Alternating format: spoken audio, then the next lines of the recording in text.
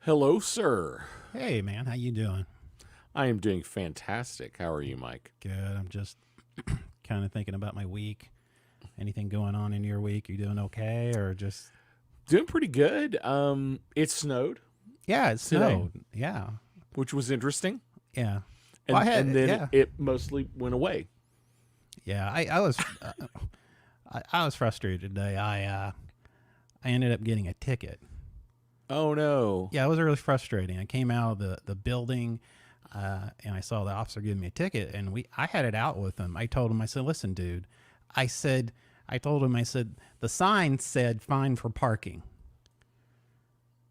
Oh. Why? Yeah, it was fine for parking. I mean, wouldn't you? I don't think that word means what you think it means. Maybe we should start the show. Yeah, let's start the show.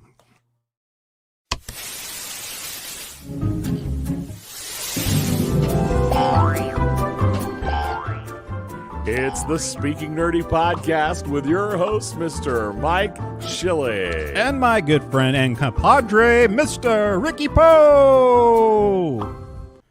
But it said fine. It said fine for parking. So Yes, what do you? fine. Fine. It was fine. It's So- fine. Okay, It's fine. it gets on my It's just nerves. It's just Signs are literal. Fine. It said, "I'll charge you for parking," then I wouldn't have parked there, but never mind.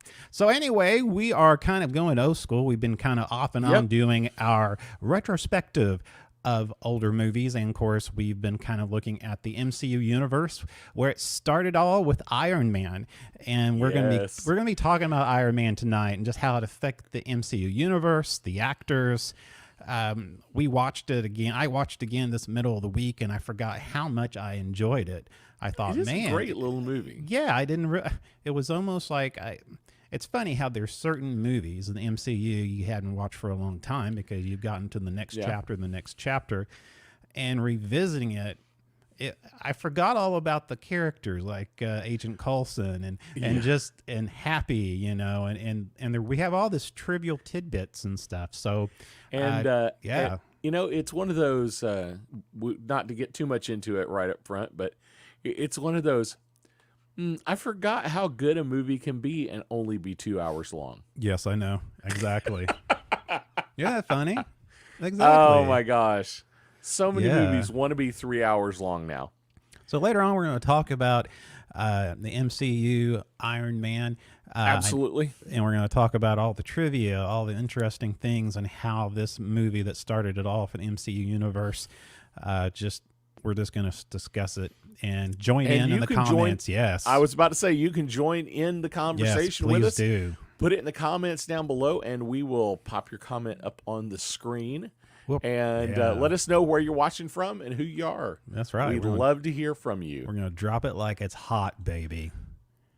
Drop it Anyway, like it's hot. like it's hot. So we got a lot of great nerdy news of the week. Man, Yeah, we do. Lots of new stuff. The number one is Obi-Wan Kenobi. Yes. When we I dropped heard a new trailer.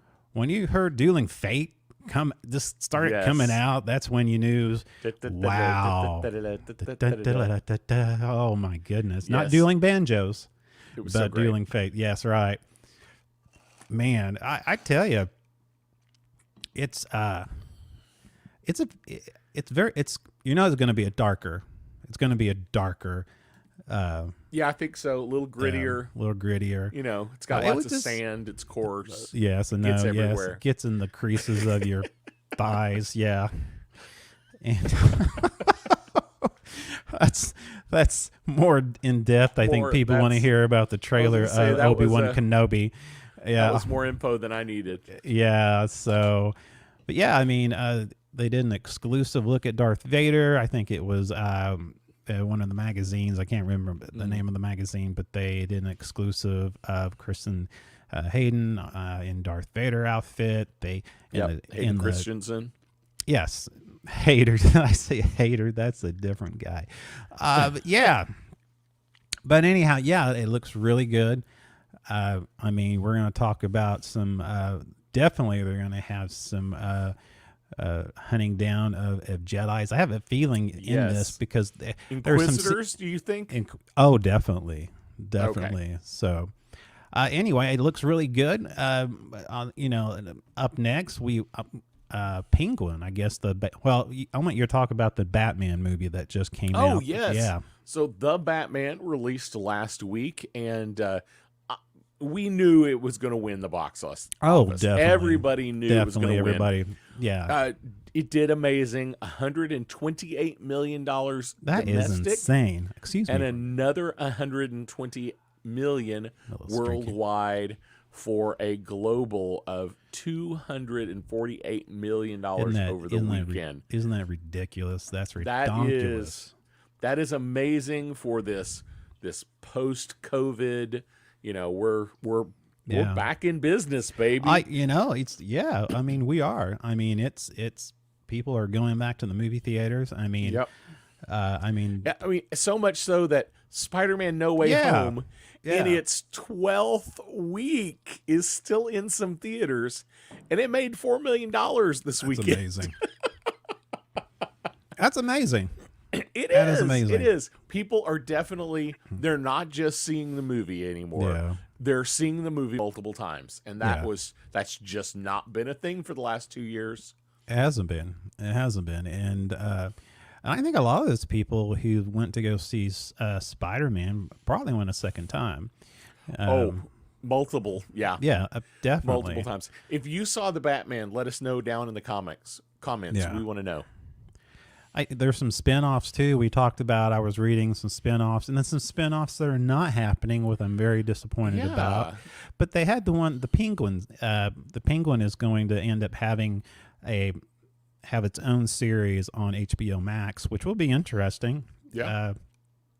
I guess it would be more of the underworld of Gotham, I would think. Yeah, but crime mob boss kind of stuff. Colin Farrell, who plays, which is amazing. Colin Farrell. I mean, I don't even recognize the man in this outfit. I mean, it's amazing.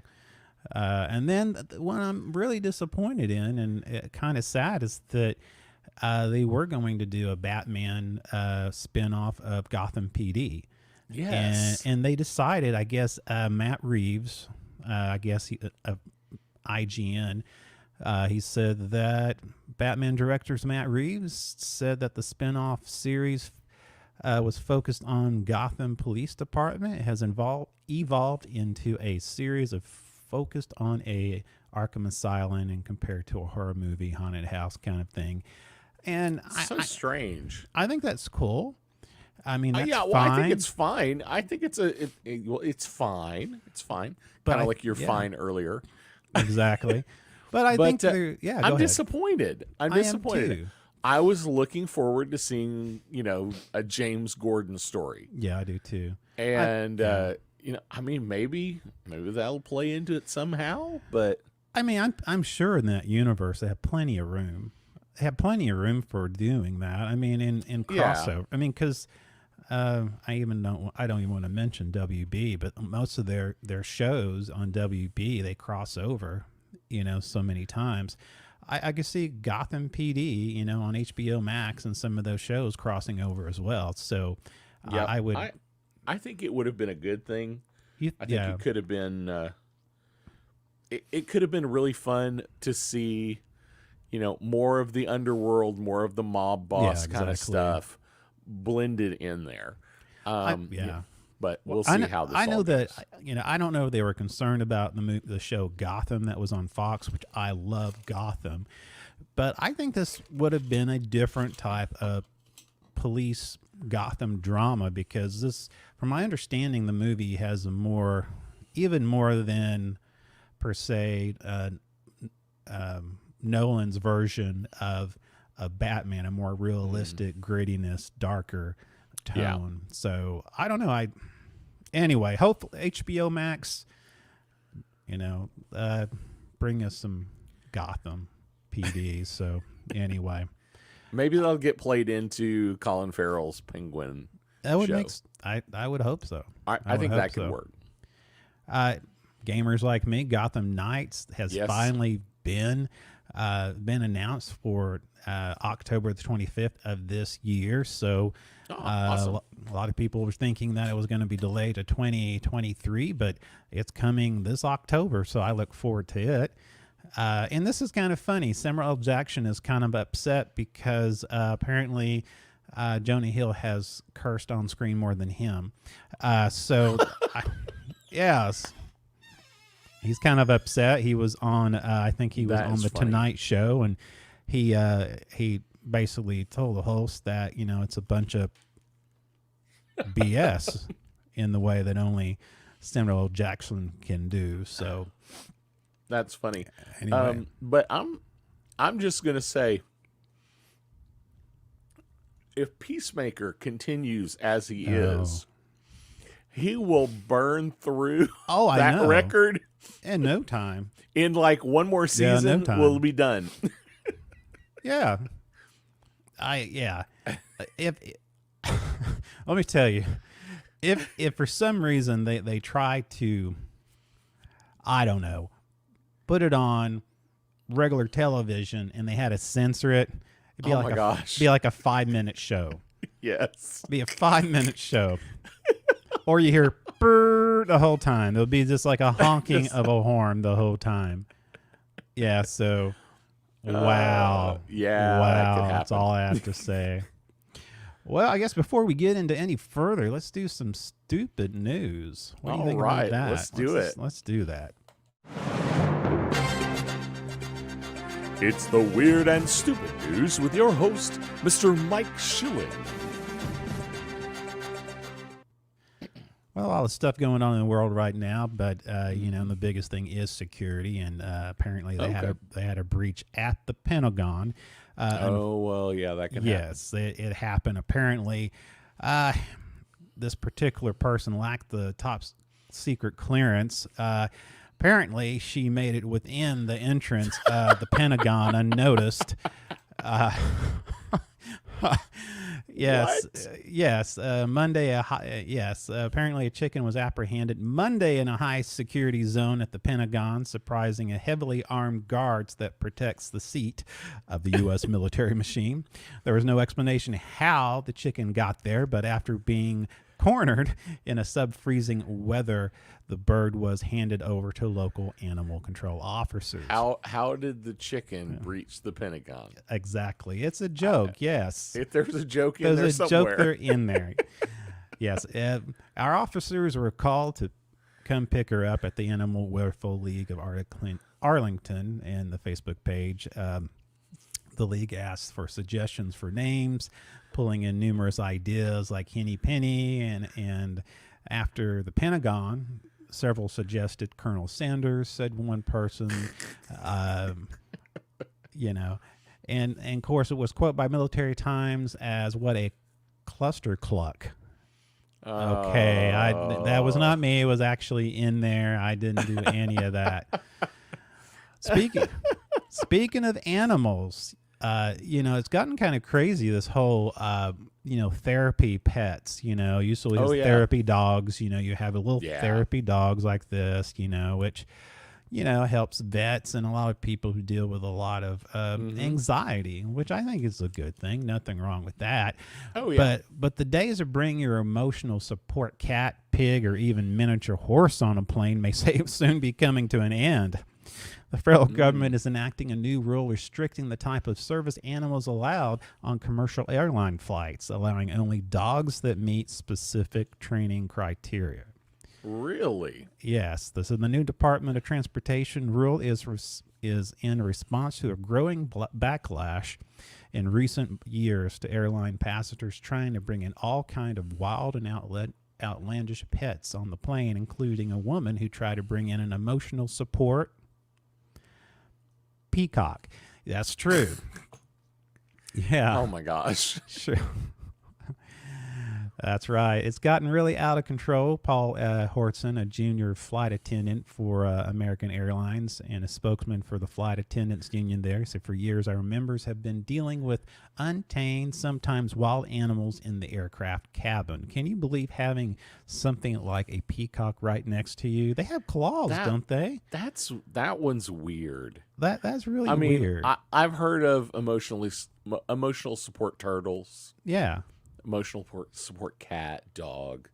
I am familiar with the horse. Yeah. It's a miniature horse. Yeah. And I used to work for Southwest, so we had photos of the horse traveling on the airplane.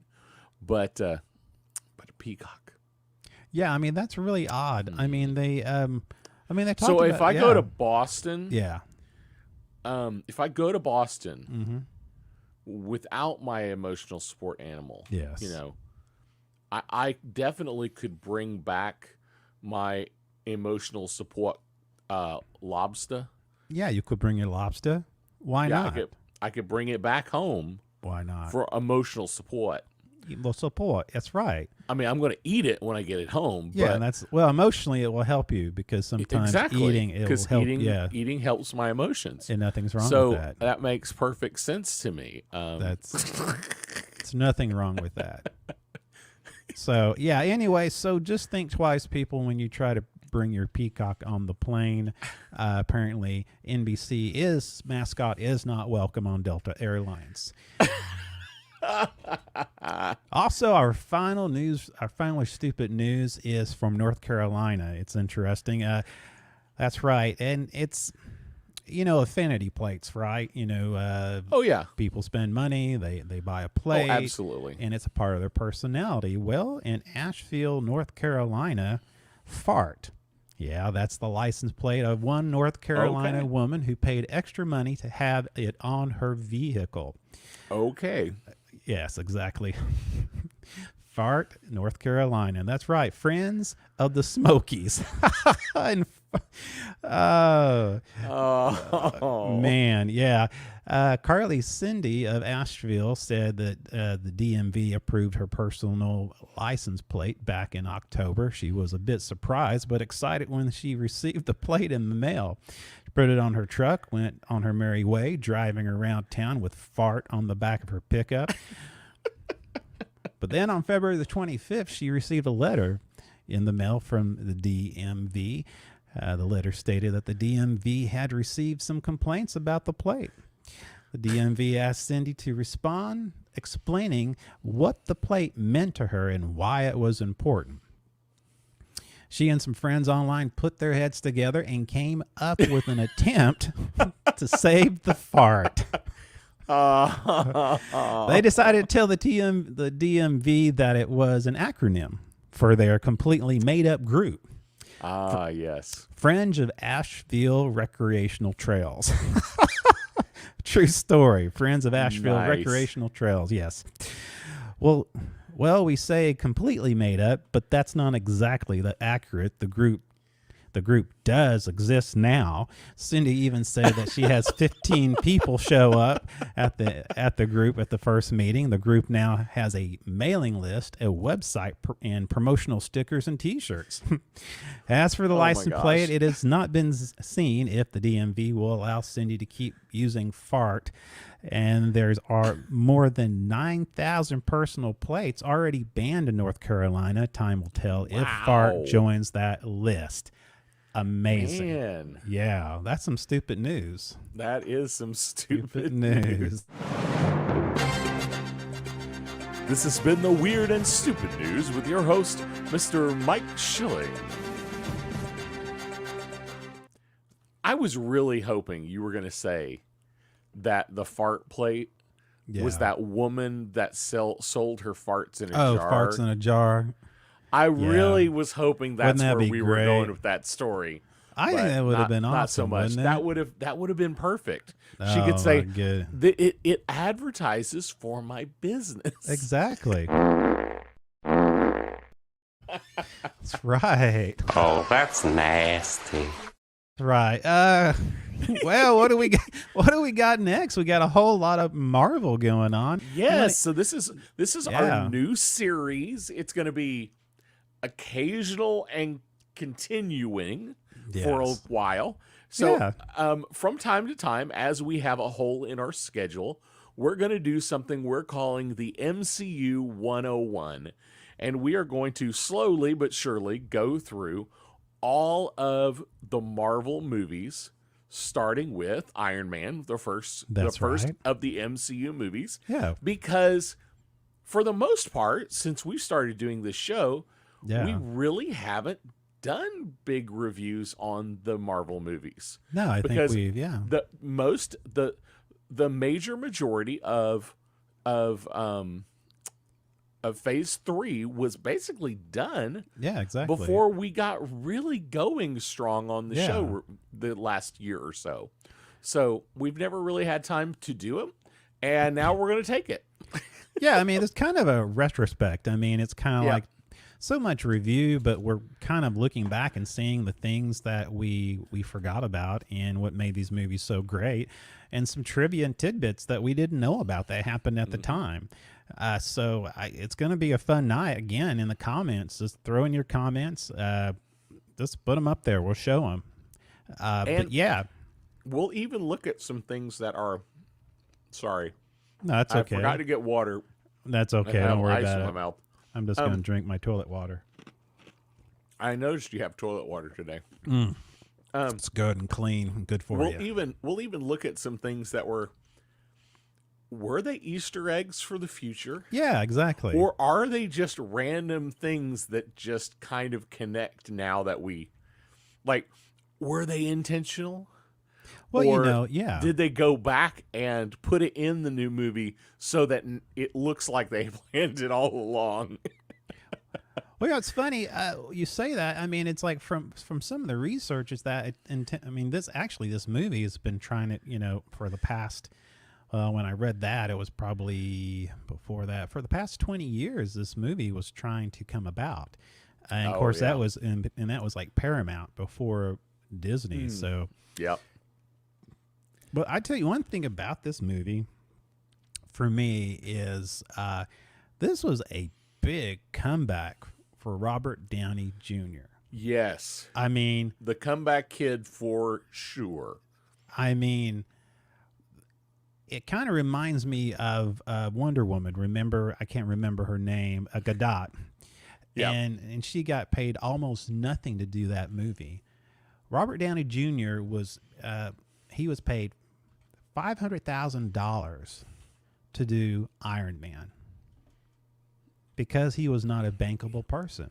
Yeah, Actually, that's almost nothing compared to a movie today. Actually, the guy who played Rhodey was the guy who played Rhodey, and I can't remember his name. His name is I closed my form. Terrence Howard. Terrence Howard, because I always try to call him.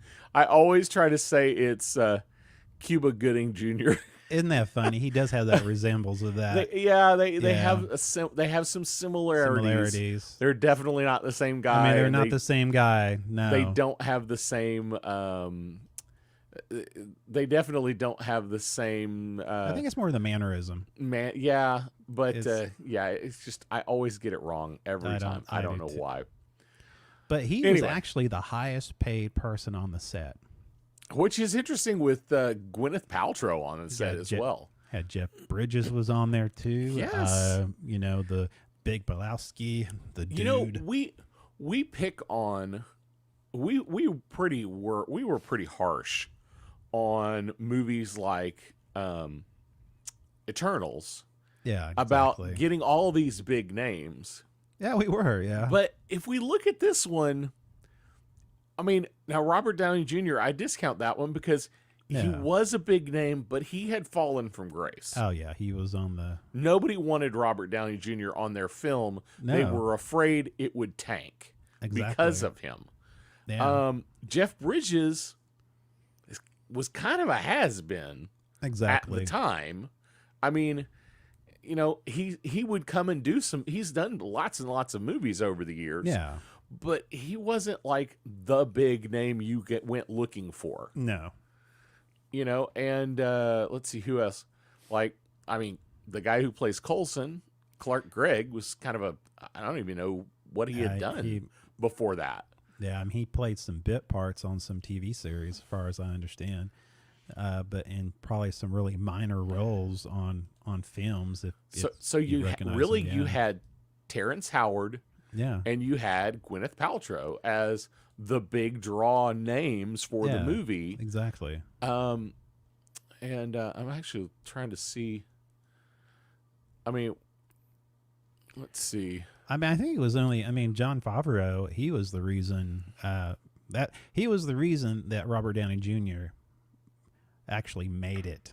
You know, it was fun. How do you mean? Well, right. Well, what's funny? Okay, well, we'll get to the other thing later. But Jon Favreau, he wanted Robert Downey Jr.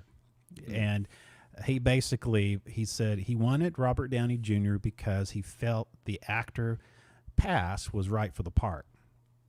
I mean, and you think about it, Robert Downey Jr.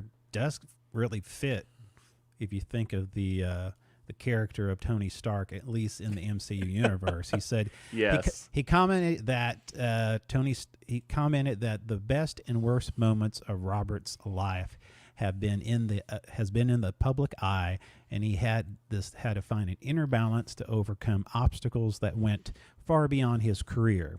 Favreau also felt that Downey could make Stark a likable a-hole.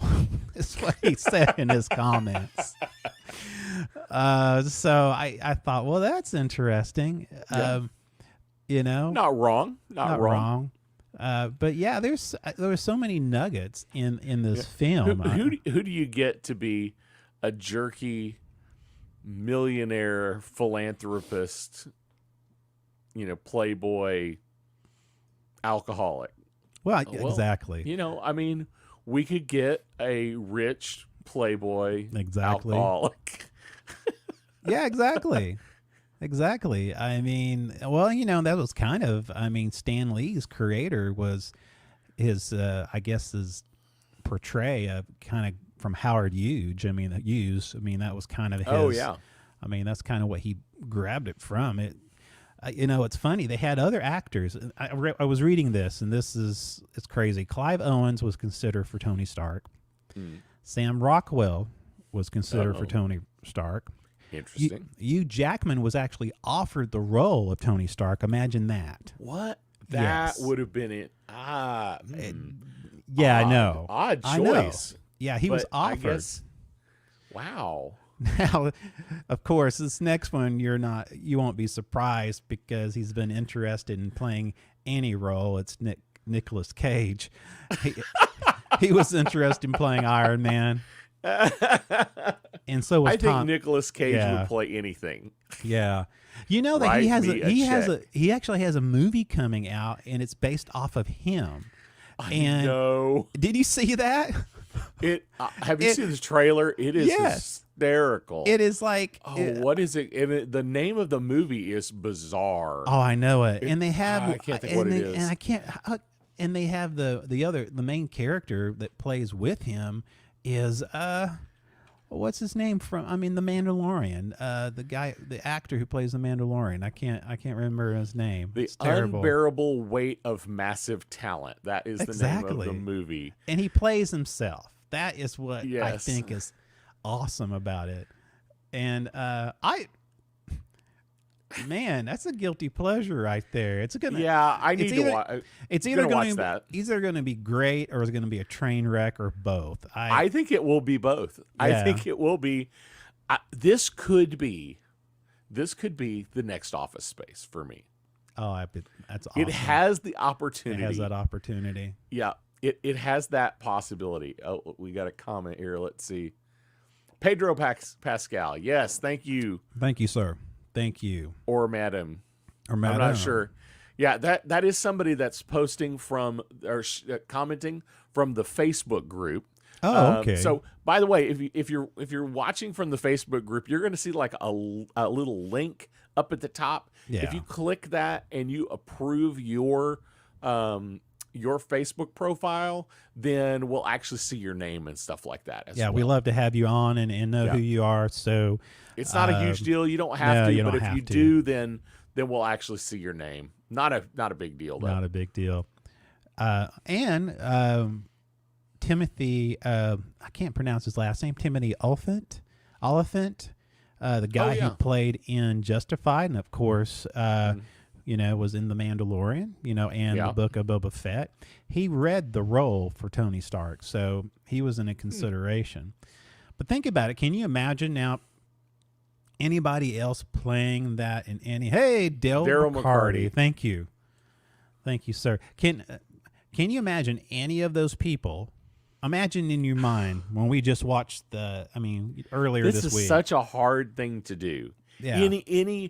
Once somebody has played a character, it's hard to think about the people who might have been. Yeah.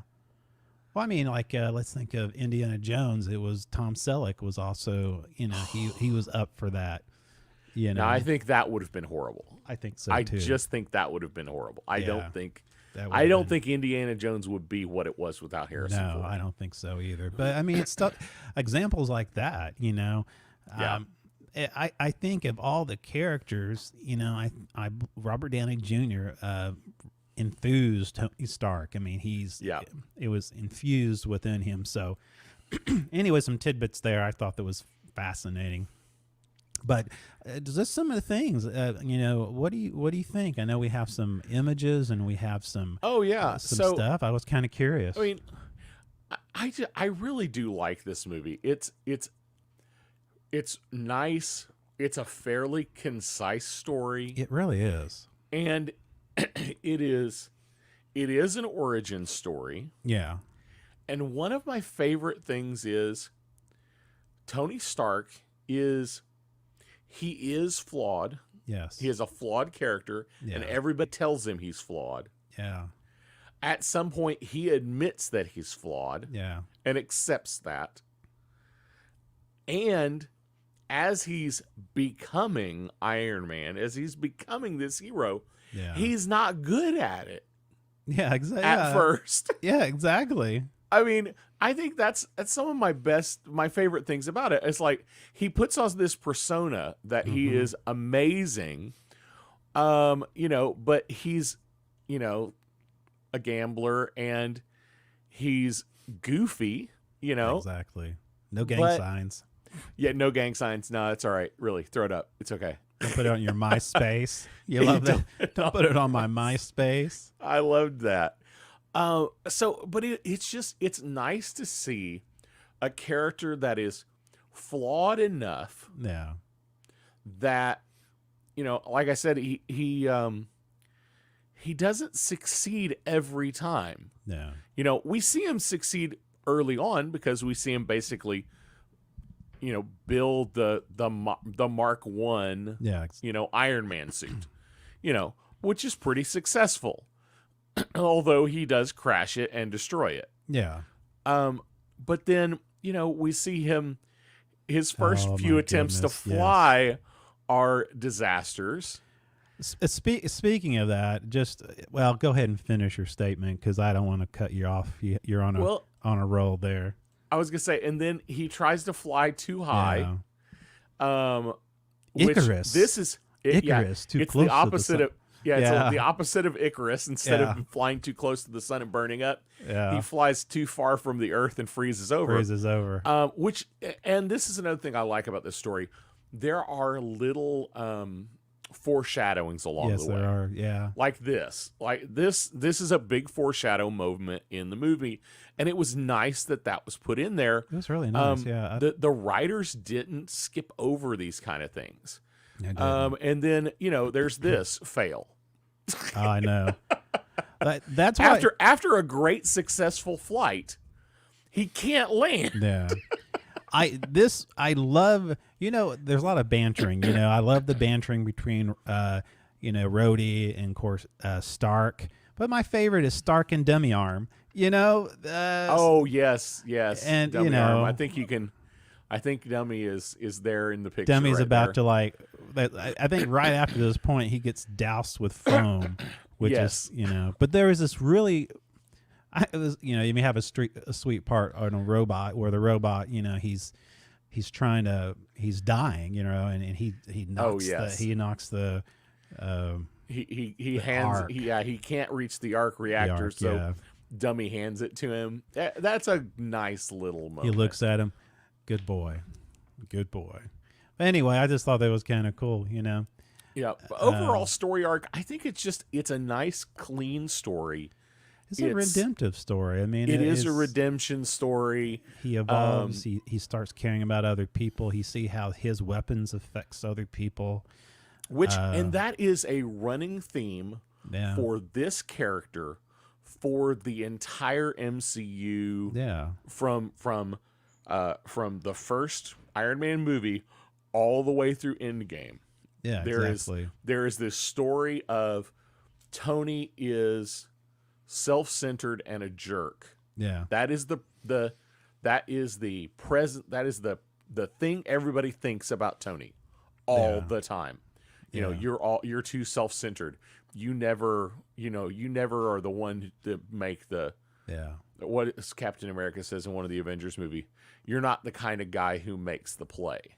Yeah. You know, you're not going to make that last minute sacrifice yourself play. Exactly. But then he does it every time. Yeah, every time.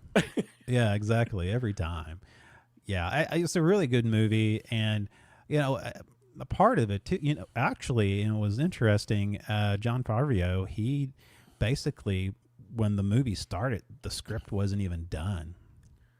Really? Yeah, actually, a lot was ad-libbed. Now, they had the structure of the movie, but Tony Stark Robert Downey Jr. was great for ad-lib. And it drew Jeff Bridges insane because he's one of those actors you want to be prepared.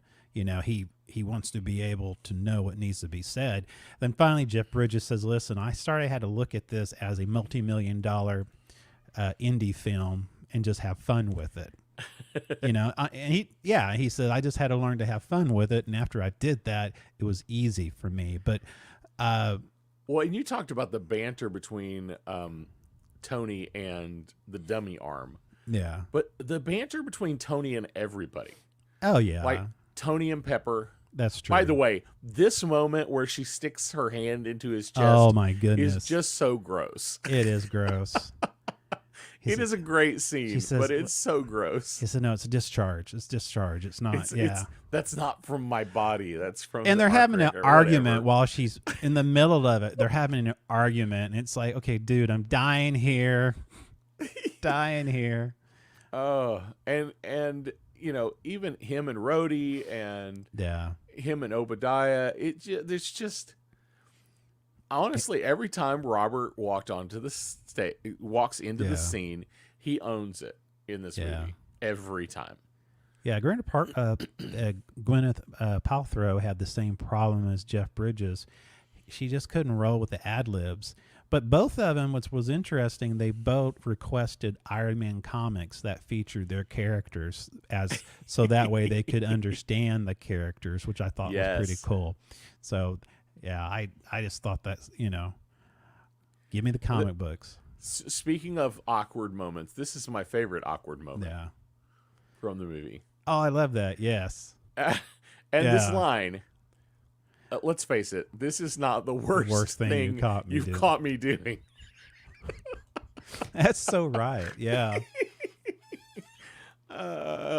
It's such a nice movie. It is.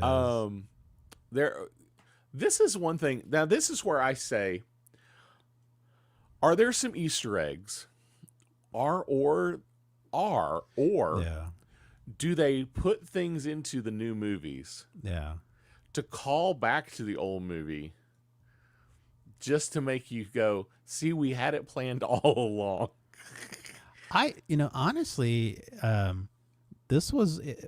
was reading in one of the journals, I think it was IMDb, and they said it was Marvel's first self-financed movie. Iron Man was. Okay. And Jon Favreau said making the film, I mean, it was a lot of pressure for it because they basically banked their entire catalog of characters. And if this would fail, it would have gone away. They wouldn't have, all the intellectual property rights of their library would be gone. So this movie was, they banked everything on it. And fortunately for them, and fortunately for us, it succeeded. But and then because I think they worked with Paramount a lot prior to Disney, you know. I think Paramount's the one who has, no, maybe it's Universal that has the Hulk, which is part of the reason we haven't had another Hulk movie. Yeah. But, you know, some callbacks I think are interesting. Like there's this scene of the you know, the bad guy in a suit chasing after Gwyneth Paltrow's Pepper Potts. Yeah. And the minute I saw this scene, and I had forgotten about this scene, but the minute I saw this scene, all I could think about was this. Was the Hulk chasing after the Black Widow in the helicarrier. Yeah. It felt like it felt like they said, hey, you remember we had that really cool scene? Let's do that same scene again. Yeah. And then there's this kind of throwaway line in the middle of the movie. Tony's working on the suit with Jarvis, and Jarvis says, perhaps if we intend to visit other planets, we should improve the exosystem. As if they had already planned way ahead that at some point Tony will leave the planet. Yeah. Which in Avengers, he goes outside the atmosphere. And then, you know, later on in Endgame, he literally is on another planet. Yeah, exactly. So it's just kind of interesting little throwaways that they put in there that I'm like, were they dropping hints for what they really wanted all along? Yeah, I mean, it seemed that way. I mean, but again, you know, this being a movie that they weren't for sure whether it's going to succeed or not, and they had to. The script was not completely done. They had an idea what they were going to do, and in the process, I'm sure they had a vision for what they wanted to do, and so it makes you wonder how much of it is an Easter egg that is a foreshadow, or how much it is going back and pointing to it. I mean, or an Easter egg that was really wishful thinking. Yeah. If I ever get to make another one of these, this is going to make sense. Exactly. Like this line right here. You know, Terrence Howard saying, "Next time, baby. Next time, baby. War Machine." Yeah. Because Rhodey will become War Machine. Exactly. But Terrence Howard doesn't. Yeah, it's not going to be. No. Not going to be you, but which is interesting because again, I'm looking at the background of some of this stuff. Was that, of course, Don Cheadle? You know, he was brought in to resume the role in Iron Man 2. And I think he did a great job. He did an awesome job. Yes, I think what happened is, of course, I said earlier, Howard was actually the best paid actor on the set. Yep, he was the highest paid actor on set. And I think part of it was, let's just say, Robert Downey Jr.'s pay went up. And Terrence Howard's pay went way down. So, yes. And from Terrence Howard, he was promised a 3-picture deal, but claimed that the studios didn't honor the contract. I don't, of course, later he talked about he declined because they offered him much less money than Robert Downey Jr. And it all depends on how the contract was written. Yeah, exactly. You can write a contract that says 3-picture deal. Yeah, exactly. And your first picture, you're going to make this much money. Exactly. We're not going to tell you how much money you're going to make on the next two movies. Next one, yeah. We'll decide that after this one. And then when they make the offer, you chose to turn it down. We offered it to you. So what do you think? What do you think now? Well, let's talk about this. Cheadle or Howard? Do you think do you? I mean, I think I watched it, and after watching all the films, Cheadle was my, he was Rhodey. But going back and watching the first one, I thought he did really well. Terrence Howard does really he acts really well in this film. But I never felt a good connection between him and Tony. Yeah. I never felt like there was a good connection, and I don't know if that was how it was written. Yeah. Or if it was actor chemistry. I'm not sure. But there wasn't a whole lot of there was some interaction. It was mostly Terrence Howard, mostly Rhodey being irritated. Yeah. You didn't feel like they were great friends. Yeah. It felt like I'm Tony's handler when we do military ops, and he's annoying. That's what it felt like to me. There was a point in the scene they made reference of the two of them being in school together. I don't know, it was college or something like that in the movie. And so there's a suggestion that they've known each other for a long time. But yeah, it didn't come across that way. But it doesn't feel that way. It doesn't feel that way. Doesn't have that weight to it like they did with Cheadle. I will say the other thing with Cheadle was Terrence Howard was a real kind of a straight actor, Yeah. He didn't. I'm sure he can do some humor stuff, but he didn't lean into the humor. He didn't lean into the play, to me. Yeah. Don Cheadle felt like he plays into that. Yeah. If you tease it, if you tease him, he's going to tease it back. Yeah. It felt natural when he did that. Yeah. But it didn't feel like that was going to be a natural thing for Terrence Howard. So I don't know. That's my big concern. Would he have done great as War Machine? Probably. I don't know that I would have felt the connection that I felt with Don Cheadle. Same here. I wondered that because we've gotten used to Don Cheadle playing Rhodey, and Howard only played one film, and I didn't know if maybe that could evolve. If Terrence Howard had that chance continuing on. But there is some kind of, Tony Stark does a good job. I mean, Robert Downey Jr. does a great start having chemistry with everyone he works with.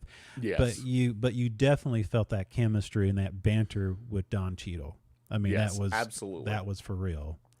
Now, I think one thing that I remembered that Jon Favreau was in this film.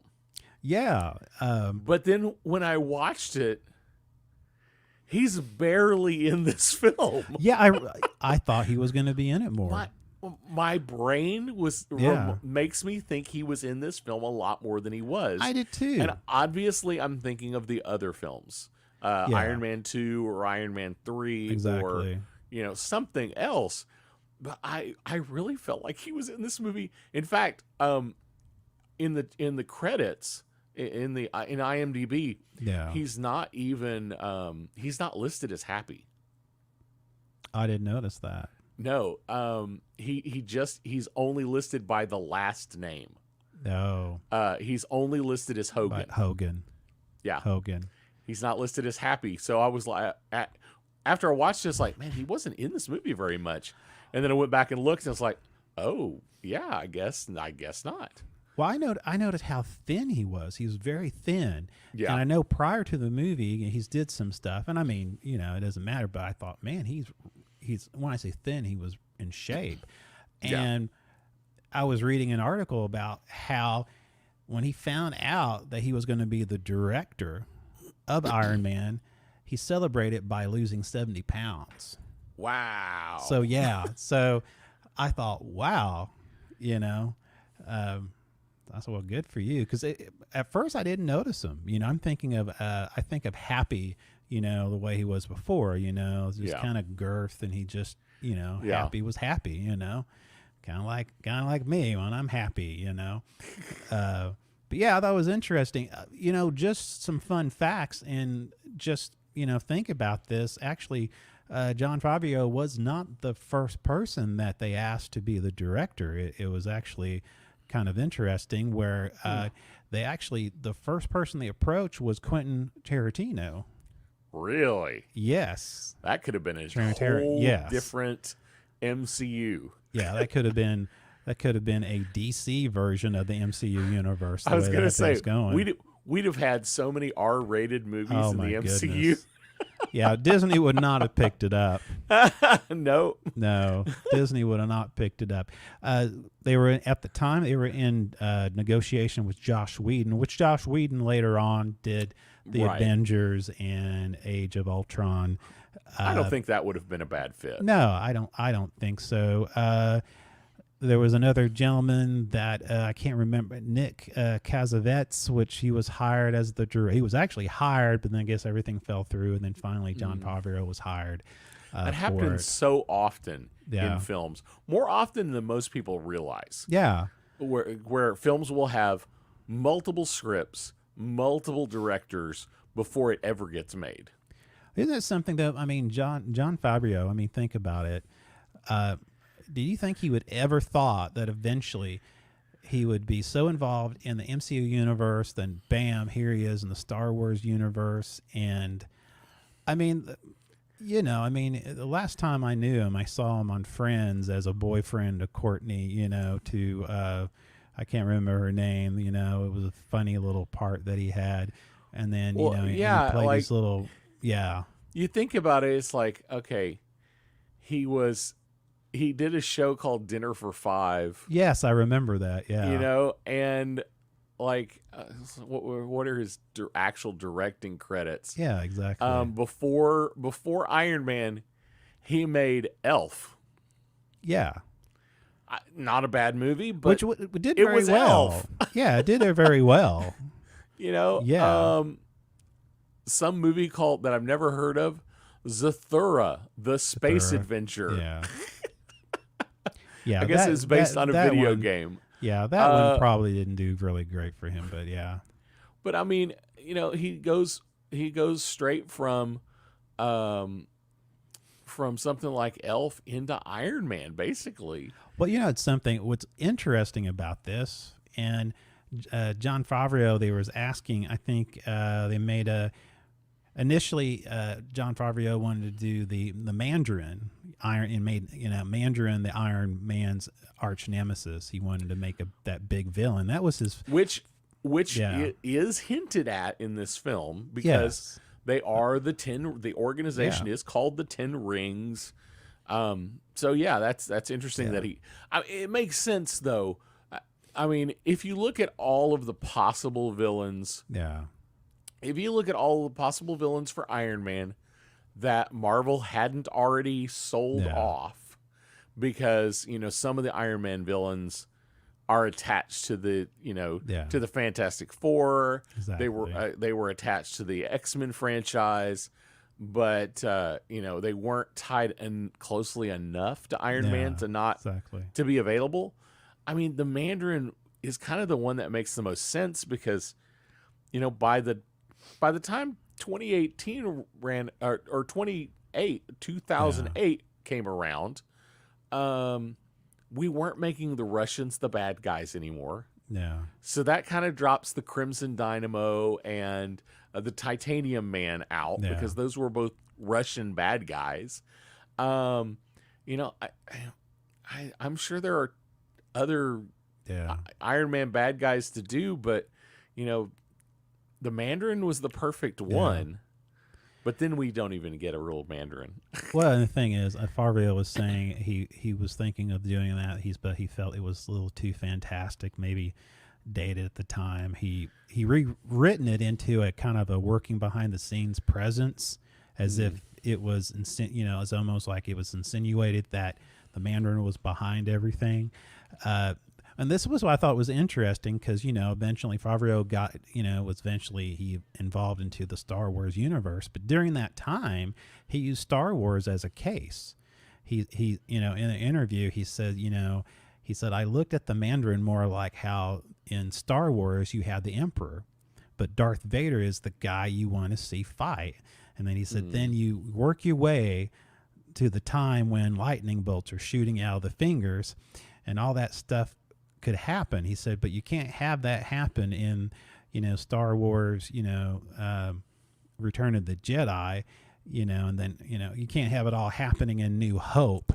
You have to build up to later on. And the reason I brought that up, because I thought it was interesting how he used Star Wars as kind of an analogy, as a kind of a structure, how he thought about this movie. He said, I don't want to bring in a big name right off the bat. He's thinking, hopefully if this gig happens, we can build upon it, So I thought that was pretty cool. It's almost like a type and shadow of Favreau being involved in the Star Wars universe. Well, and you talk about somebody like doing a proper Mandarin, a comic book accurate Mandarin, would have been really fanciful. It would have been over the top superhero. Yeah, exactly. And Iron Man is a bit more grounded superhero. Yeah, he is. It's a guy in a suit. He's super smart. But practically, he's a rich guy in a suit who was fighting another rich guy in a suit. Instead of, instead of, when we go to the Hulk, we get something a little more fanciful. We got this big hulking beast that pops out of you when you get mad. Yeah, exactly. So I could see that being one of those, how far do we want to run with this before we, get too weird? Yeah, exactly. Yeah. I think that we went back to saying that Robert Downey Jr. were paid $500,000 for the film, but let's see, the budget was $140 million estimated. As I recall, he, if I remember this right, he was only paid $500,000, but did he also had like a 5% royalty or something ridiculous, which he made a killing on. Yeah. Because the opening weekend in U.S. and Canada was like over. Was it 98? Was it 98 billion? No, that can't be right. Probably 98 million the first week. The first week. When I'm thinking billion, I think worldwide was 585 585 million, and so I mean the royalties on it. I thought, that's not bad at all. I don't know. Do you have any other stuff you got going on there? Let's see. So just a few things. I think it's interesting. Most of the special effects in this movie still hold up. Yeah. Most of some of the CGI work, some of this crazy 3D, you spin it with your hands stuff.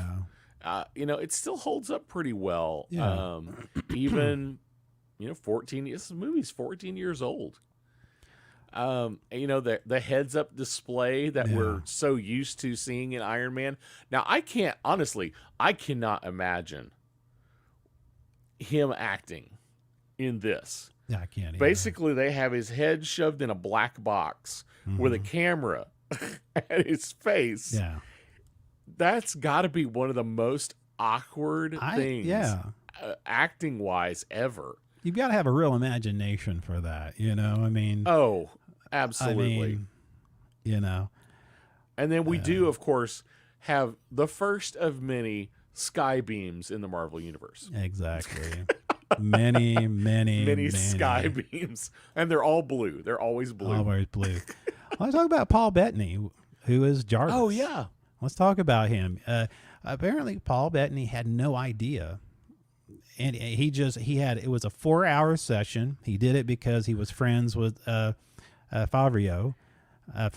and he's never seen the film. He was unfamiliar with the plot, He just said Jarvis was the easiest job he ever had. It was almost like robbery, you know. He said he only worked for 2 hours and got paid a lot of money in a sound booth. In the sound booth, you know. Yeah. And I had no clue that eventually it was gonna require me to have a physical presence, you know, eventually. So I thought that's interesting. Here's this guy, you know, he's just doing a voiceover, and here he is. He's become one of the major plot points for Wanda, you know, and how she ended up. So that was interesting. I mean, Paul Bettany, you know, he's a good actor. It's fascinating to me because I didn't really realize. I mean, think about it. He did the voiceover for how many movies in MCU before he finally had a actual physical appearance in the movie. Oh, I know. Yeah. Yeah. So,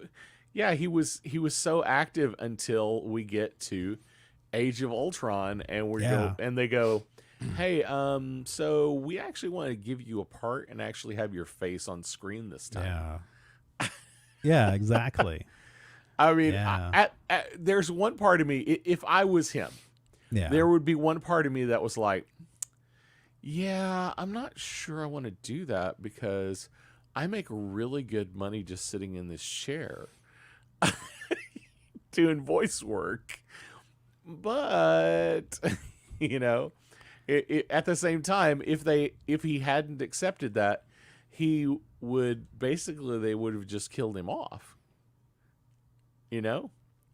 Yeah, you would think. Yeah, you would think so. I mean, he doesn't really have any other purpose. No, not really. If he doesn't eventually become Vision. Yeah, exactly. And I think he does a great job. I think so too. But let me ask you, what do you think about? Let's see here. I'm an agent of Strategic Homeland Intervention Enforcement Logistic Division. It makes me think somebody really tried hard to spell shield. I kind of like the run. It was a running gag, you know. It was well, it's been a running gag in the comics for years. Every corporation, every secret agency had some lame acronym, and it would have some vague meaning, but you would just call them whatever it was. Like AIM is a group of bad guys. Exactly. MODOK is associated with. Yeah. So then we've got SHIELD, but then there's SWORD, and I can't even think of who else has just the code name, the acronym names in Marvel, and it literally is just we were just trying to figure out. We wanted to spell this word exactly, so we had to spend some time until we got a set of words that made sense. Well, there was some great parts in it if you think about it. It was what was it? Stark and Coulson. Tony says, oh yeah, you're that guy from, and Phil says Strategic Homeland Intervention Enforcement and Logistic Division, and Tony says, "Woo, that's a mouthful." You guys really need a name for that, You need a name change. Yeah, so I get that a lot. I get that a lot, and did the same thing with Potts. Yes, it was the same thing with her. Pepper Potts, Agent Coulson. I'm the agent Phil Coulson with strategic blah blah blah blah, and Pepper Potts goes, well, that's quite a mouthful. I know, we're working on it. So Marvel has a few other interesting acronyms. Yeah, one is Global Reaction Agency for Mysterious Paranormal Activity. Interesting. Okay, I didn't know that. Grandpa. That's well, I always feel safe around Grandpa. Except when he asks me to pull his finger, then that's the part. Special Threat Assessment for Known Extranormalities. Okay. Steak. Yummy. And then we've got SHIELD, and then we've got SWORD. Originally, Phil Coulson was supposed to play a small part. It was actually originally the character was going to be called Agent, and that was it. They were saying that basically Clark Craig's, they said his chemistry was so good with the other cast members, they added him more and more to the scene, and then actually became part of the MCU universe, which I thought is interesting. That is pretty cool. That he took a bit character and turned. I mean, he went in and he did his absolute best. Yeah, and he spun it into multiple movies. Yeah, a traumatic death scene, and the lead role in a long time running TV series. Exactly. That's right. I mean, that goes to show that Tahiti is a wonderful place. Tahiti is a wonderful place. Yeah. It just goes to show that if you ever get a bit part on a movie, don't despise the beginnings of small things. Yeah, exactly. Sometimes little bit parts end up being ridiculously important later on. Exactly. That's what we're hoping. Especially in the MCU. Exactly. This is what we want this to be. So, yes.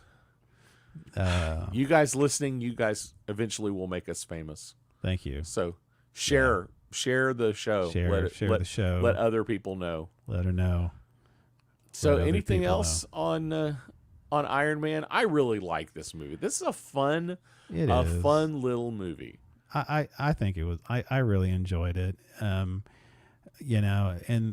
I was just surprised how there's so many memorable and funny scenes. And it's just, and I think a lot of it has to do with Robert Downey Jr. He was the glue, and he was kind of, for me, seemed like he was like the orchestra director. Just the way he had a chemistry with different people, and I don't know. It's a big comeback for him, but also I don't know if anybody else could have pulled it off. I really do think he's the cog that started the MCU universe being a success. And I think if it wasn't for him, it's funny, if it was anybody else, I mean, seriously, I don't know if we would see this universe the way we see it now. So yeah, well, and you think so many actors now, they don't want to get typecast. No. And, if they do one or two movies with the same character, they don't want to keep going. He embraced because they're afraid. Oh, he embraced it. He embraced it. And loved Marvel, the fans. And Marvel planned it from the beginning. Yeah. It was like, keep in mind, I mean, I don't know if they said it this way, but I have the feeling they did say that something like this to these actors and say, keep in mind, if this works, we have this big plan. Yeah. And you're going to be in a lot of movies. Oh, yeah, exactly. We can't tell you how many, but you're going to be in a lot of movies if this works. Oh, if it fails, if it fails, we can't promise you anything. But it just worked. It worked so well. We were talking about ad-libs, and the ad-lib that Robert Downey Jr. did is "I am Iron Man." And because at the very end, the scene, Coulson says, here's this is your statement. This is what you're going to say. You're doing this. You are with us, blah, blah, blah. I've heard that's an ad-lib. Do you think it really was? I don't know. What the story is, they said Feige approved it using, after the final cut. And I guess they say it was credit to Feige's decision to essentially do away with the secret identity except in the MCU universe besides Spider-Man. But in the MCU universe, they really didn't have, not too many people I know in the universe had a secret identity except for Spider-Man or maybe Bruce Banner. Yeah, in the MCU, you're right. Most people, you basically everybody knew everybody. Yeah, exactly. For the most part. Yeah. In the comics, it was a little different Because in the comics, for years and years, Iron Man was kind of like a Bruce Wayne. It was one of Tony Stark's bodyguards, Gotcha. and nobody knew who he Nobody was. knew. Okay. It was always Tony Stark, but Yeah, exactly. only a few select people. Even in the Avengers comics later on, Yeah. nobody actually knew. They knew Tony Stark was funding the Avengers. They knew Tony Stark owned the Avengers mansion, but they didn't actually know Tony was, for the most part, most of them didn't know Tony was in the suit. Yeah. And in fact, at one point, I think it's Rhodey takes over the suit and takes over the persona of Iron Man while Tony is incapacitated somehow. I don't remember why, but like nobody notices other than they say his speech pattern's a little different than it usually used to be. Yeah. Yeah. But it is one of those. It was a long running thing that it was a bodyguard.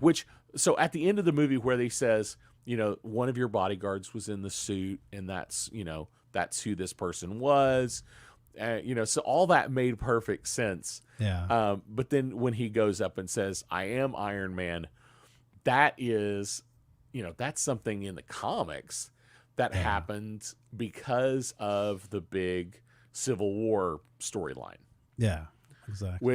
Which Civil War had a different, in the comics, it it was all about registering superheroes so that the government knew who they were behind their masks. Yeah, exactly. And in the MCU, it was regulating superheroes so that they could be held accountable for destruction that they caused. Yeah. So it's a different idea. So you're right. In the MCU, everybody kind of knew who everybody was. So when they did Civil War, they had to change the program just a little bit. Just a little bit. Just a little bit. But that's kind of what the MCU has always done from day one. From they kind of we're going to take the ideas and we're going to honor them, but we're going to tweak them just a little bit, And so instead of taking years and years to find out who Iron Man is, we're just going to tell you in one movie.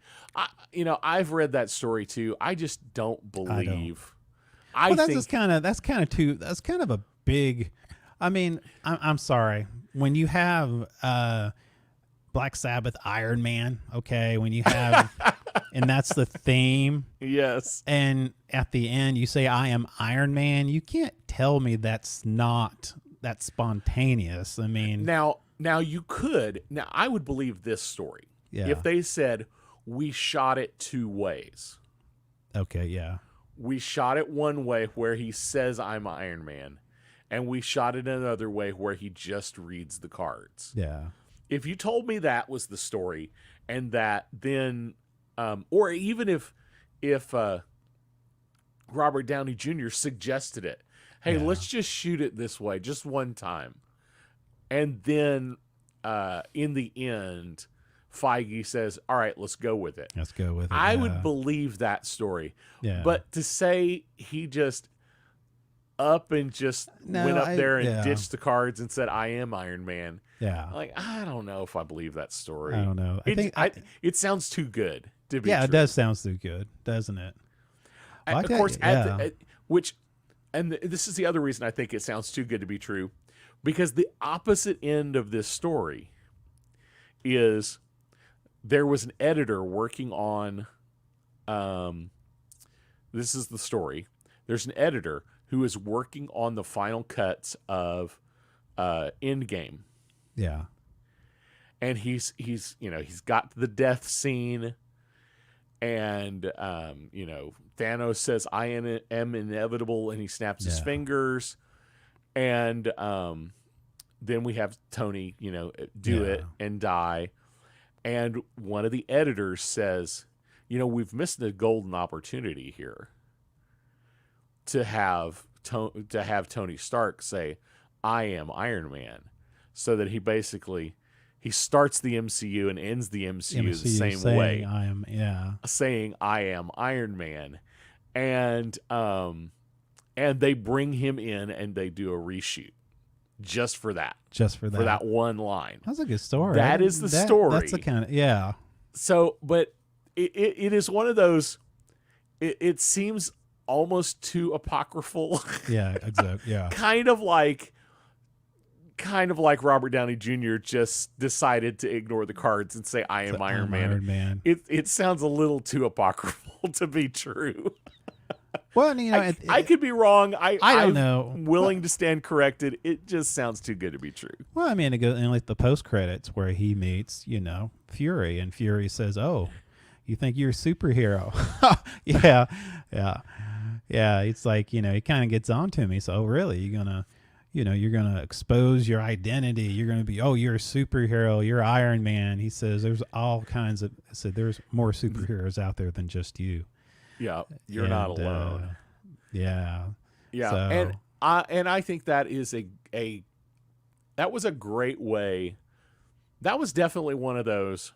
All right, Favreau and Feige getting together, going, all right, I hope this works because we're going to pay Samuel L. Jackson a whole lot of money to show up for 30 seconds. 30 seconds, yeah.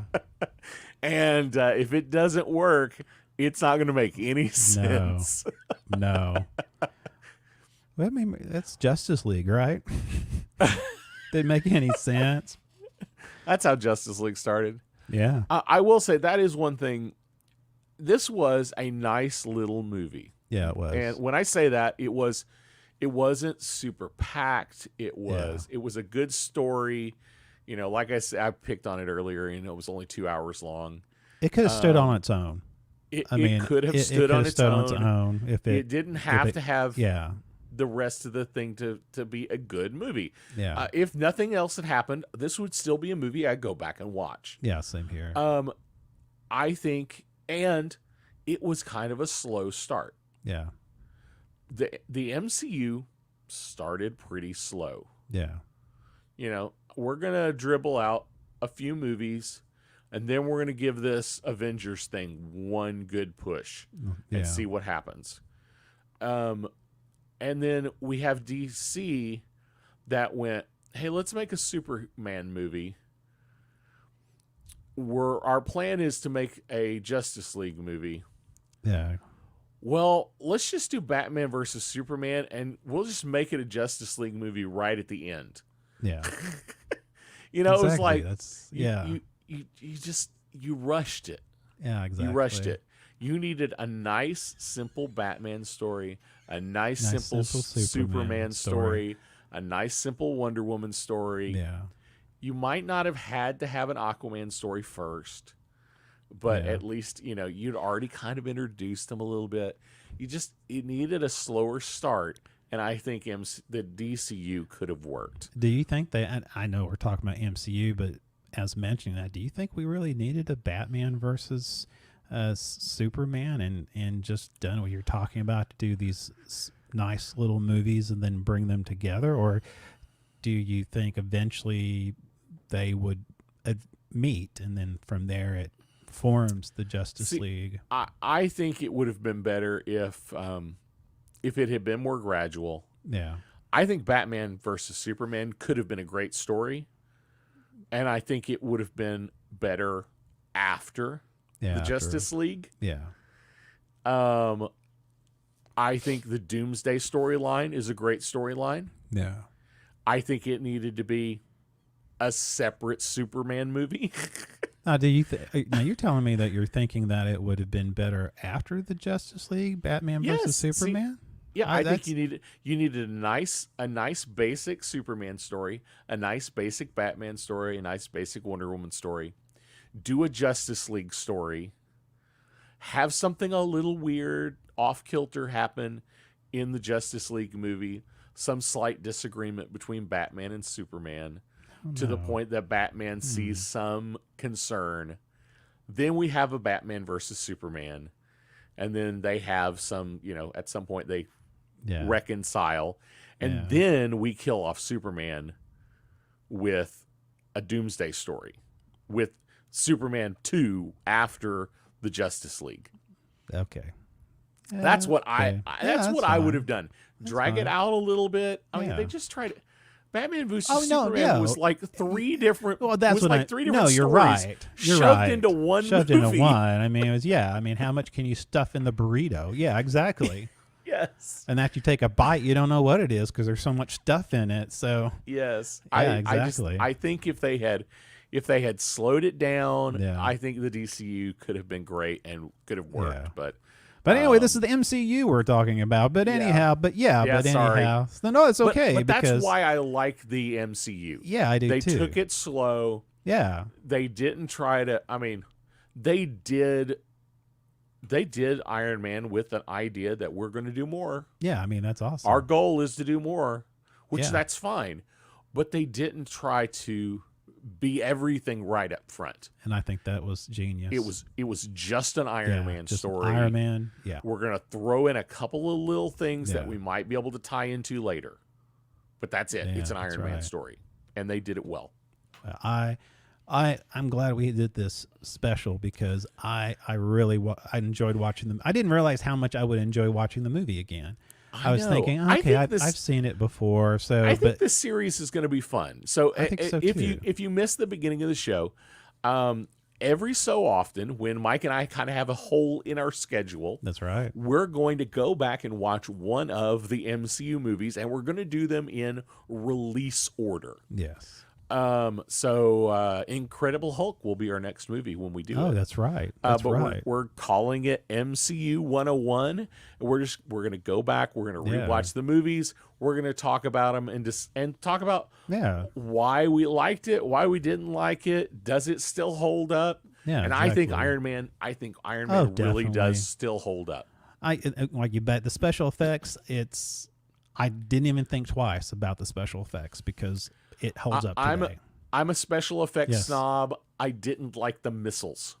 Didn't like the missiles. The missiles were a little lame. They were a little lame. When the missiles launched, but the Iron Man suit looks so impressive. Yeah, doesn't it? I forgive them. Well, that's what I mean. I'm so focused on the good that's going on that those little Yes. things I have a tendency to kind of just Yeah. fade. Well, so For the anyway, it all holds up so well. Well, man, we got folks. Just next week we're gonna do. Oh, that's right. We're gonna have Blade Runner. Are we doing Blade Runner next week? I couldn't remember. Is that Awesome. well? Blade Runner will be next week. We're going to talk about Blade Runner. Yes, it's been out forever, but no, I mean we're going to talk about Blade Runner, and we're going to talk about just you've read the book, so Yep. yeah. Yep. So I have not read the book, but do androids dream of electric sheep? That is the actual name of after the book, but it's so cyberpunk, and Yep. I think it has such an influence of a lot of movies that we see now. Oh, absolutely. Which really there wasn't a whole lot of movies. I mean, this was the first time unless I can't remember that before this had kind of a cyberpunk kind of a feel to it. It's this weird Star Wars noir thing. I mean, that happened, and it's just so it's so different than anything that we had seen to date. It'll be fun to go back and watch it and see how it holds up. Yeah, exactly. And then after that, we're going to do a special Futurama show. Is that right? Yes, Futurama. Yeah, which kind of in our love for Futurama. And, of course, and because it's coming back out. Yes, with the full cast, the full crew. Bender. Yes. With blackjack and hookers. That's right. That's what the show is all about, folks. When you tell your friends, it's because of blackjack and hookers. That's right. And then after that, we are going to start Moon Knight. Moon Knight comes out right after that episode. And then that'll be a weekly, the next, yes. Yep, for the next, is it 6 weeks? I think it is. I think so. I think it's 6 weeks. So for the next 6 weeks following that, we will be focused on the brand new Moon Knight series. That's right. Super exciting. Woo, Daryl McCarty. Daryl is excited. Yes, and we, and then probably have a couple of fillers before we'll have a couple of fillers. So we might have another MCU 101. Yes. After that, we've also talked about doing the same thing with the Star Wars movies. Exactly. So exactly. this might be the opportunity to do a Star Wars movie. Oh, that's right. Because we'll be leading into the Obi-Wan Kenobi. Yes. And we'll be doing a week by week talk about on Kenobi. Yes, that's going to be excited. Fun. I'm excited about that I one. am too. Well, man, that's all I have for the show tonight. That's all I have too. Do you have man. anything else? I don't. And folks, man, if you tell your friends, if those out there who's on our group, you know, just invite your friends. Those on the page. Hey, just come on. You know, we're on. And if you just popping on just now and you didn't catch us live, definitely go and subscribe on your favorite podcast app. That's right. And listen to us sometime during the week. That's Love right. to have you as a listener. We're a lot better, audio than visually because we have the face for radio. I mean, come on now. Exactly. So exactly. So hey, we're going to be back again Friday nights. It's 8 p.m. Central and 9 p.m. Eastern time. And remember, we're going to spring forward or spring back. What do they normally do? But spring forward. This coming Sunday, the U.S. springs forward. Yes. So anyway, remember that. I will be tired too. So that's all I have. And thank you for those who came on the show. I mean, and was part of our comments. Daryl McCarty, thank you. And if there was anybody else, thank you. So anyway, I think we're good. Let's end this thing.